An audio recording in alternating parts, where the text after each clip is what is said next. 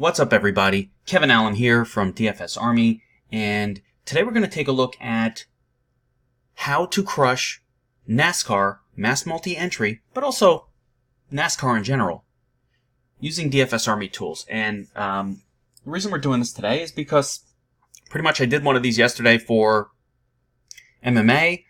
I wound up taking first place in the tournament I was messing around with there, and I had 3 or 4 other DFS Army members join me, so pretty much want to keep that shit going, trying to win this contest today. So I figured I'd do another one of these videos breaking down how to use DFS Army tools to crush NASCAR. If you're out there, you already know DFS Army. Our tools for NASCAR are second to none. Our members crush, particularly the Xfinity and the Truck Series, every single week. You see our avatars all over the leaderboard.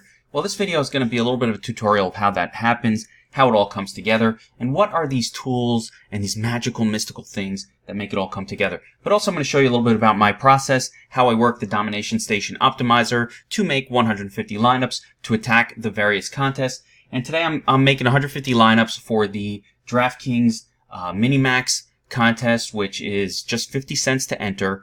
It's got $1,000 for the top prize. There's 150 lineups possible. It's a really fun contest. It doesn't cost too much. Doesn't cost too much to enter it, and so I'll show you guys that here. You don't need to see that, but I'll show you guys that contest here. I believe it's already okay. Well, it's already filled. I've already reserved my spots for it. Let's see here. Is it full? Yeah, doesn't matter. I've already reserved my spots for this contest, so I'm entering it, and that's essentially what we're going to be doing. And so what I'm going to go through right now is initially some of the tools that we have at your disposal when you play NASCAR, and then show you how I use those tools to work the Domination Station Optimizer.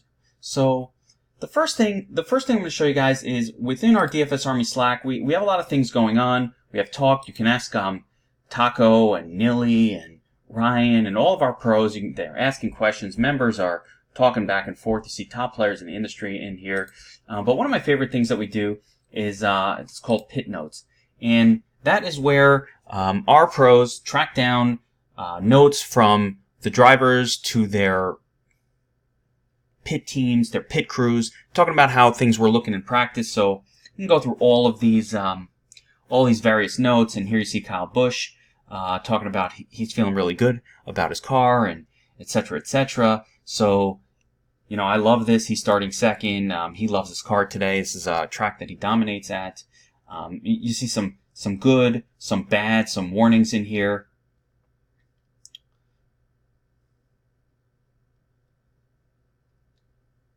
You know, Hamlin's good at the start and bad at the end. So you get these little nuggets about each driver here in the pit notes. This is something I really, really like. And I've already gone through a lot of this stuff here. You know, the negative situations are in red. The positive situations tend to be in blue for drivers. Boyer looks good. Suarez, that is a good play this week as well. So you have some negatives as well here. Byron hitting the walls all over the place. Bowman hitting walls all over the place. So we'll see about that. I'm not going to read through every single note, but I really found this nugget interesting. Ryan Preece said he's been waiting all season for this race. 24 starts in the modified series. I don't know what this means, but I can drive the crap out of it. This is a cheap driver, so whenever he's been waiting all season for this race, maybe he's got a little bit of edge there. Bubba Wallace saying, yeah, best car all year. So these are good little nuggets that DFS Army members exclusively get in our DFS Army Slack channel. That's VIP subscribers only. Definitely something you want to check out. Now, here's the Domination Station Optimizer. I've already kind of begun setting up my settings for a run. But before I get to that, I want to show you a couple of these other tools that we have at our disposal.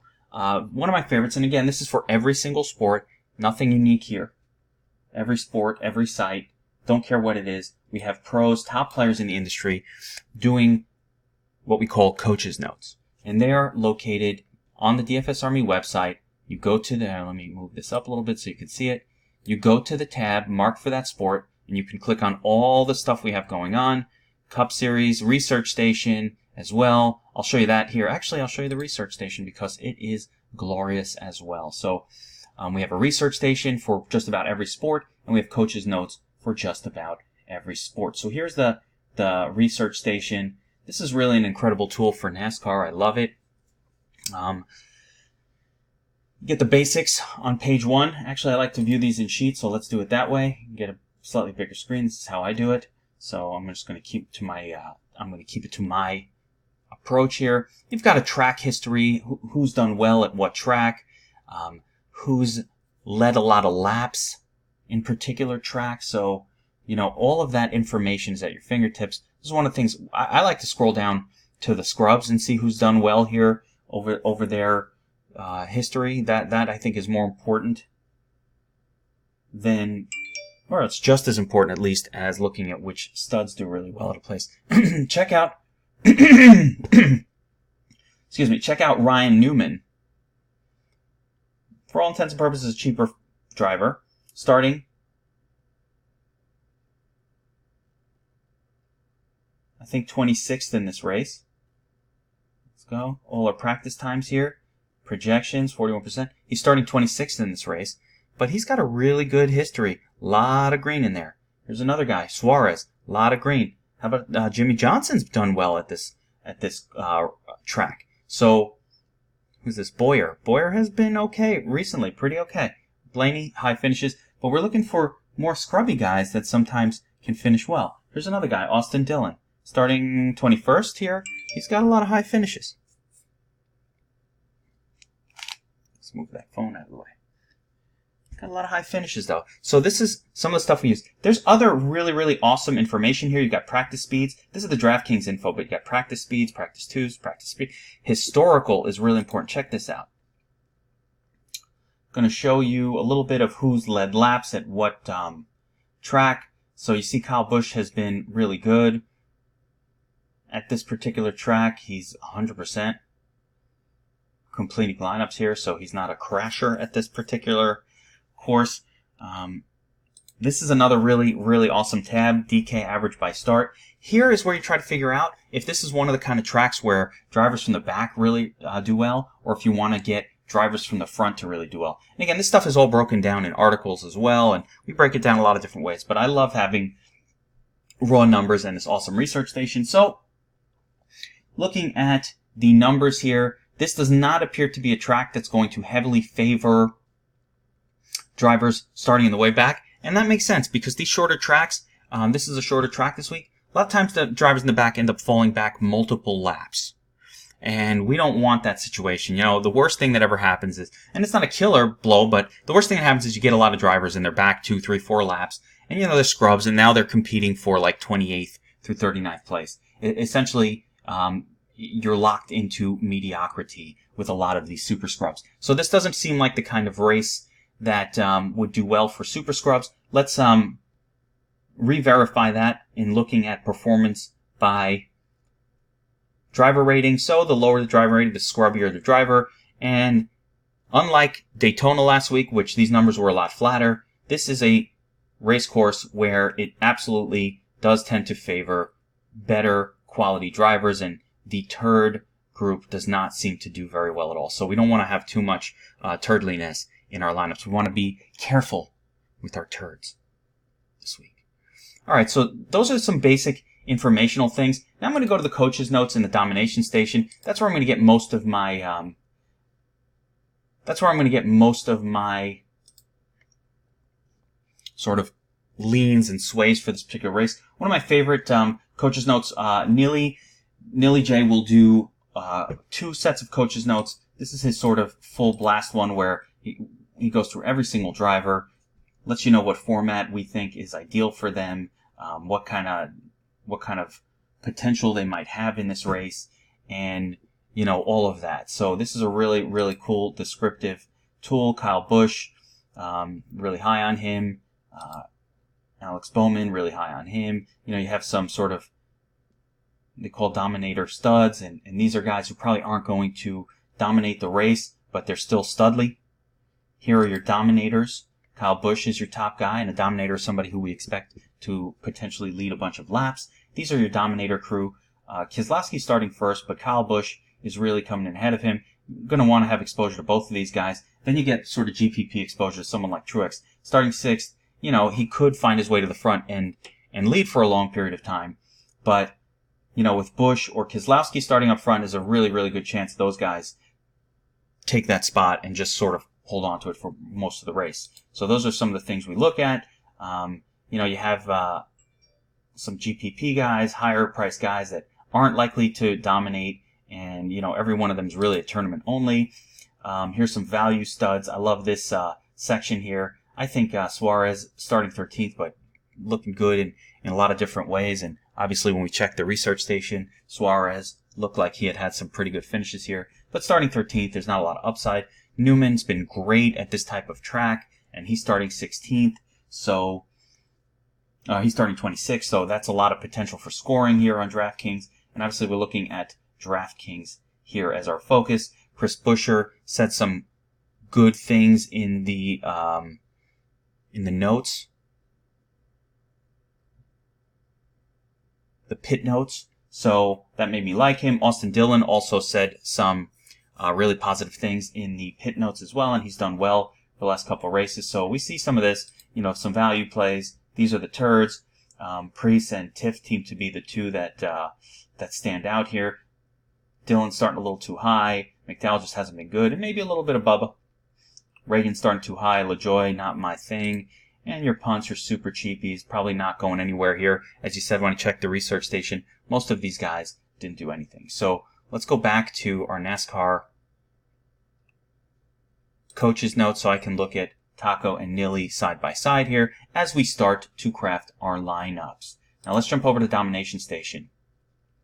And the Domination Station, first thing I like to do is sort the drivers by starting position. So I get a sense of, as I'm looking at it, I get a sense of where these guys are coming from. So we already talked about Kyle Busch being starting second and being someone who's dominated this race in the past, and he really likes his car, and et cetera, et cetera. So I want to get a lot of exposure to Busch. First thing I always like to do is look at the projected ownership. So we've got him projected as 32% owned. I'm a big Kyle Busch guy anyway, so I'm going to go above field weighting on Kyle here this week. I pretty much always do anyway. That's just something I've done in NASCAR. That's my personal preference. But I always go above field weighting. But this ownership projection is extremely important because when you're making decisions in terms of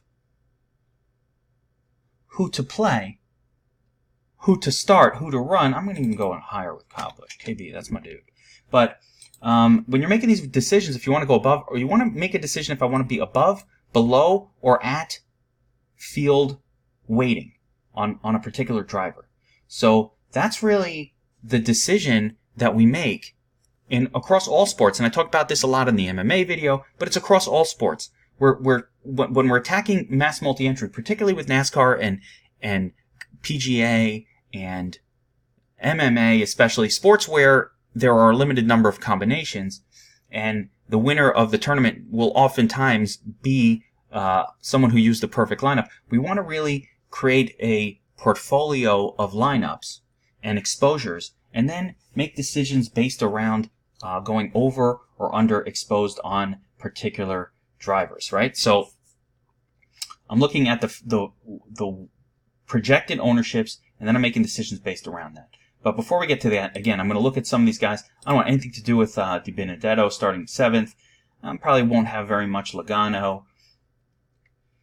Stenhouse 11th. Just want to get a sense of where everybody is. Here I put a like on Suarez. I put a dislike on Harvick here. A little too expensive, starting 14th for my taste. At that price, I need a dominator. Not just somebody who's going to go from 14th to 2nd or 3rd even. He needs to lead many laps. That's what we talk about when we say dominators. And one of the cool functions we have in DFS Army is you can choose to force in dominators into your lineup. And you can decide who you think is a potential dominator. So you click yes, you change a yes to one of these guys, and those are potential dominators. I can actually see in this type of a short race really even forcing 2 potential dominators in a lineup, but one is a minimum, I would say here. I want at least one of these big-time drivers in every single lineup. These drivers that are potentially capable of dominating the race. So we talked about positives, but another way to really get a sense of who's good this week is just to look at ownership projections. The ownership projections tell the tale a lot of times. You're not going to project the guy high because he sucks. You project him high because he's in a good spot.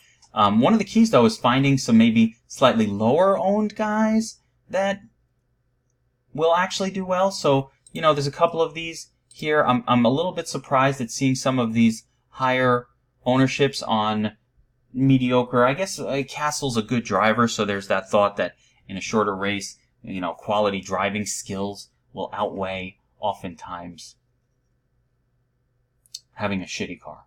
So, you've got some decently high projections on these guys. But I like Priest. This is the guy who said he's been waiting for this race all year. That sings to me. Bubba Wallace said he likes his car, so I'm going to put a little bit of love on that guy as well. Denny Hamlin starting 23rd. Not a dominator, but a guy who can move from 23rd up to 4th or 5th very comfortably.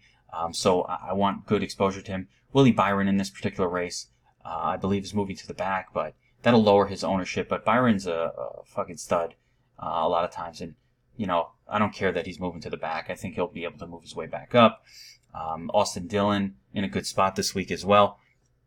So we've got some good situations here. And, of course, Newman is supposed to be an expert at this particular track. So got some general exposures in place, and let's start our first run. Now, one of our newest features in DFS Army, okay, let's get our Domination Station Optimizer set up, right? We're in Draftkings NASCAR. Here are your settings. You can toggle and get rid of drivers in certain salary ranges if you don't want them. You can filter them out. Fantasy points range, again, I don't want these turds in there. I can just filter them out. Some of the lowest sort of projected drivers, I don't really want them, so I filter them out. Here's our salary cap. Some sharper players will sometimes force leaving salary cap over in this type of contest. You don't have to do that, but it's something you can do. We're going to do 150 lineups right now. Tournament mode, always check off prioritize completing lineups above max exposure settings when you're using tournament mode or just in general. This should always be checked. Randomization percentage. If you want to throw a little bit of randomness onto these projections so that you won't have the same exact lineups as other people who are using the same. I changed my settings a lot. I use a lot of min-max exposure limits and stuff like that, but I don't mind a little bit of randomization in a sport like NASCAR that is a little bit high variance. Not the highest variance. Probably one of the lower variances, but there is a little variance there. So let's get a run going. And the first thing I'm doing is we're running 150 lineups. And during this process, I'm kind of watching the lineups as they populate in the exposures tab.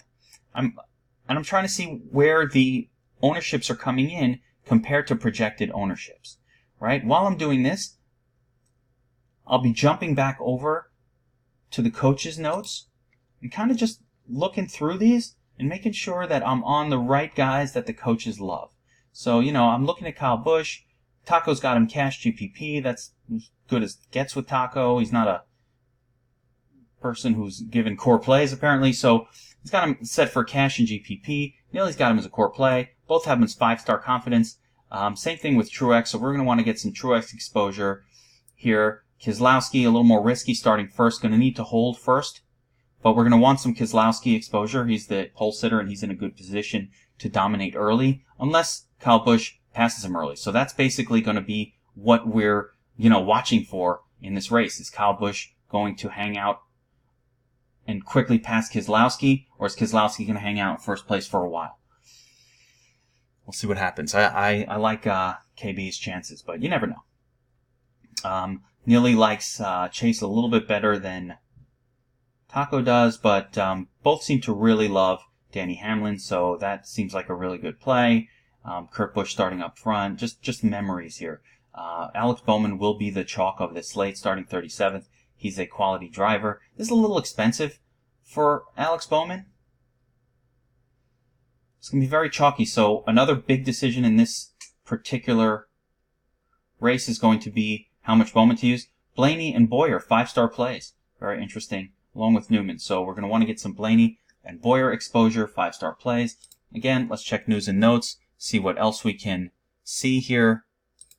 If there's anything new, nothing new. I'm constantly checking to see if any new information comes out. Let's see, what do we got? Best consecutive lap averages, so you can get a little bit of a feel for who's driving well. See, this is the kind of information that you just pop into DFS Army Slack and, you know, it's sitting over there and you're like, oh shit, all right, this is good to know. Who's running well? Who's driving well? Elliott, let's see who's driving poorly. Okay. You know, this is important information. Blaney. Now, these aren't critical things, but it's good to know who's driving, whose car is fast, right? Good to know. Good to know. Let's see what else we can glean. Oh, I like my lineup. All right, so let's jump over to news and notes again.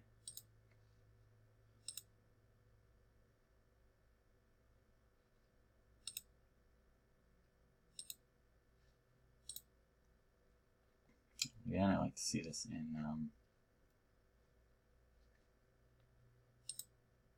live and sheets. I've got actual driver notes here that we can kind of read and see what the actual thoughts are on some of these drivers. So we can go through this stuff. Fades, fades. These are the Turtley crew. Fades, lots of fades here. But I always look at the low-end drivers to get a sense. All right, Matt Tifft. Priest and Tifft seem to be the two names that are popping up a lot, with a little bit of Bubba, maybe some LaJoy, and Chastain, I guess. I haven't had much luck with those guys, but, you know, they're there. Here's Hemrick starting 19th, a little too high up for comfort. Definitely fading this guy. I will not be taking a few careful shots with DiBenedetto starting 7th. No, that is not my brand at all. Byron, good for top 15 here, according to Nilly, so I like that. Almirola, both sides. Again, starting 9th, not the greatest upside guy. So we got a pretty good sense of this. Let's go over to the domination station and check out where our exposures fell after our first 150 run attempt here. Boyer, 32%. He's projected. We're getting 63%. That's a bit high for me. I'm going to go 48%. Newman, I'm going to be heavy on him for this race. Going to be overexposed to Hamlin, Dillon. Tifft, 46%. Oh no, that is not happening. So let's go to 20% with him. Wallace, 32%. That's a bit much. Going to set him at 25%. Interestingly, Priest, the guy who I kind of wanted more than those other two, is the one that's not popping, but let's see what happens after I put these limits on. Willie Byron, I like him every single week. I set the max for Keselowski at 25%. I might even go a little bit lower. I'm going to call it 20%. I just think that, you know, the pole sitter, he's either going to dominate. I want to generally be a little bit underweight. I personally like to be a little underweight on the pole sitter. Plus, I think Kyle Busch has a great chance of passing him, so I don't want to be too heavy on the pole sitter, because if he does fall back, he's going to burn your lineups. Let's go 25%, because again, the trick here is Keselowski could really pay off. He's not that expensive, and if he leads 40 or 50 laps at some point and then kind of finishes top 5 or 4 or that range, gets a bunch of fastest laps in there, he should anyway be in the perfect lineup, even if he doesn't dominate for a large portion of the race. So, a little bit of him, but not too much. I want a little bit more Truex, mainly because everybody loves Truex in the coaching section. So I want a little bit more Suarez as well. So I'm going to raise him up a little bit too, because I saw some positive things being said about Suarez. So, you know, that's basically how we do it. That's how we do's it. Chris Buescher said good things about his car. Let's raise him up a little bit, right? It's not that Taco loved Blaney. Let's raise him up a little bit. I want to be overexposed to guys that the coaches and pros in DFS Army happen to like. I mean, I don't know, right? Isn't that the way to go? So let's see, Tift. Why the hell is he showing up so much? Oh, because he's 5,300, and how much is Priest? 6K. Okay, that's why. Yeah, so he's cheap. That's why he was popping that much. But we don't want to be. I don't like to be too far over market expected exposure for a particular driver like this, especially a turtly one like Matt Tift. So we'll stick to around 20%. Let's do another run with the new settings in place. And again, what I'm doing is I'm just watching it. I like to watch it as it's happening and kind of see who's popping too little, who's popping too much. If I start to get way too much of this Priest guy, again, he's projected. I did raise up his projection, and I want to get exposure to him. Here he comes.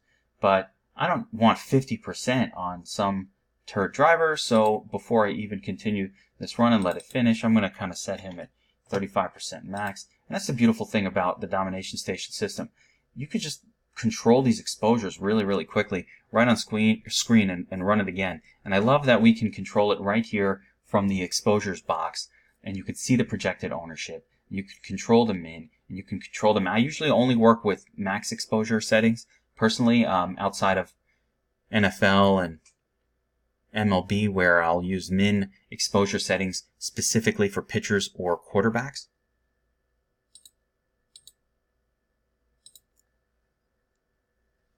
But nonetheless, I really love that you can do it right here in this screen. And again, as lineups are generating, I want to kind of see, I had raised up Truex a little bit. He's still not popping in the way that I would like, so I'm going to raise him a little bit more before allowing this run to complete. And that's kind of what you have to do.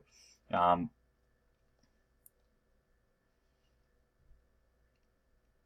of keep massaging the system and running it until you are getting the exposures showing up the way that you want them to. It's not going to happen in your first run. I mean,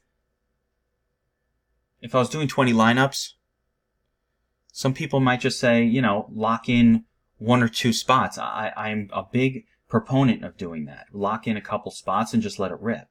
So nothing wrong with that. With Ryan Newman here, again, he's coming in 80%, 81%. It's a little scary. I like where he's starting. I think there's very little chance, and same with Bowman. I like where he's starting. I think he's got a great chance of doing well in this race. Bowman starting 37th or whatever. But if this guy crashes, he's going to burn all of the lineups, and he's not cheap.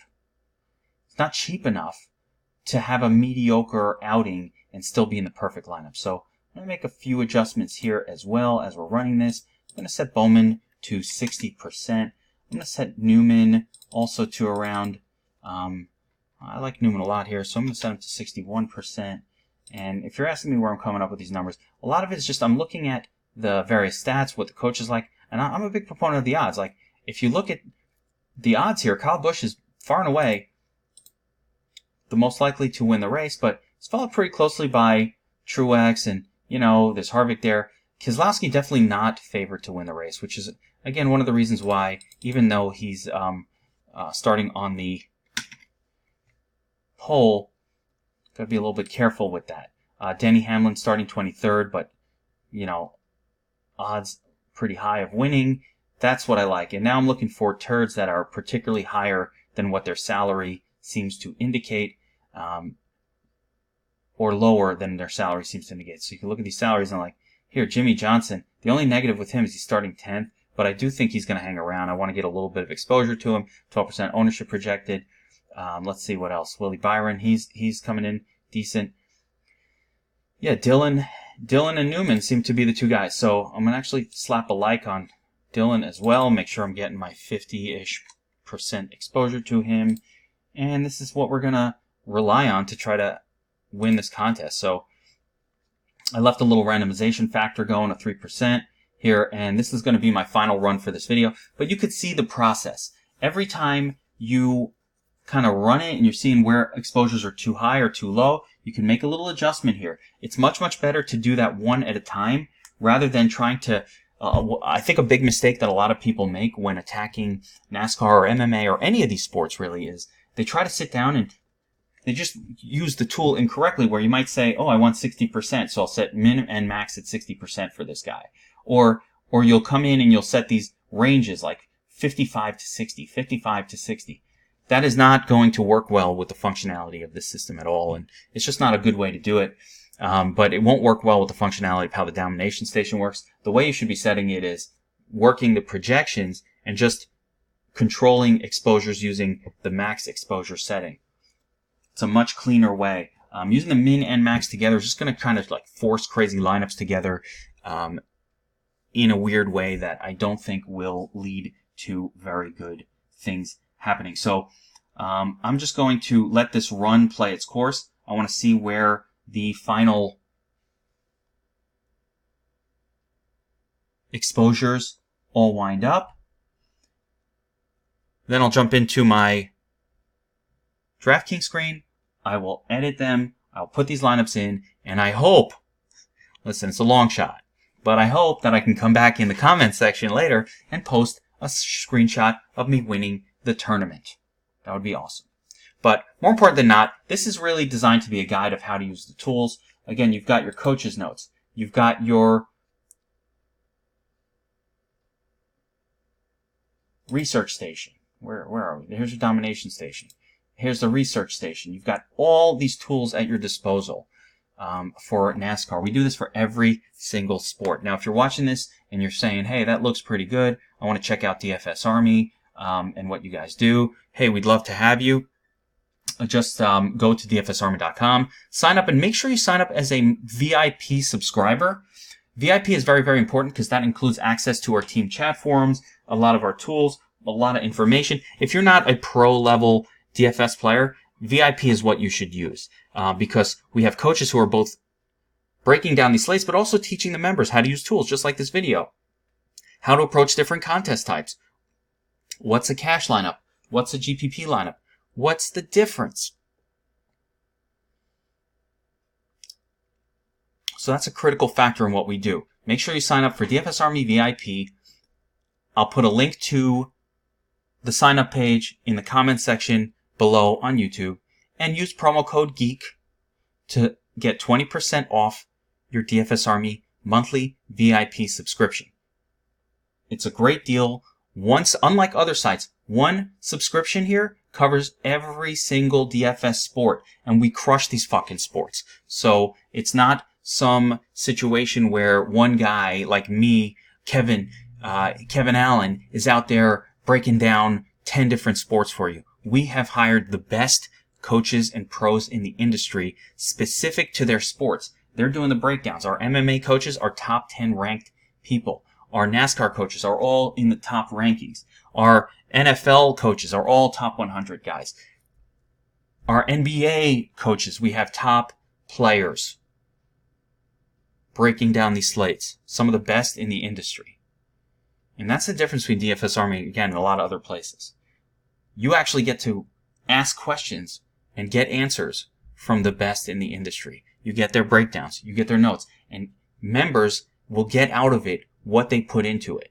All of the tools, all of the information is there. You will get out of it what you put into it, I promise. So check out DFS Army, use .com, sign up as a monthly VIP subscriber, use promo code GEEK. It will bring your membership price down from $49.99 down to $39.99. Far and away the best deal in the industry. You get tools, advice, chat, everything all in one place. There are no multiple memberships. We don't upsell you. We are not like the other sites. So get in there, check it out. I'm about to put these lineups into my contest and win all the monies. Good luck, everyone.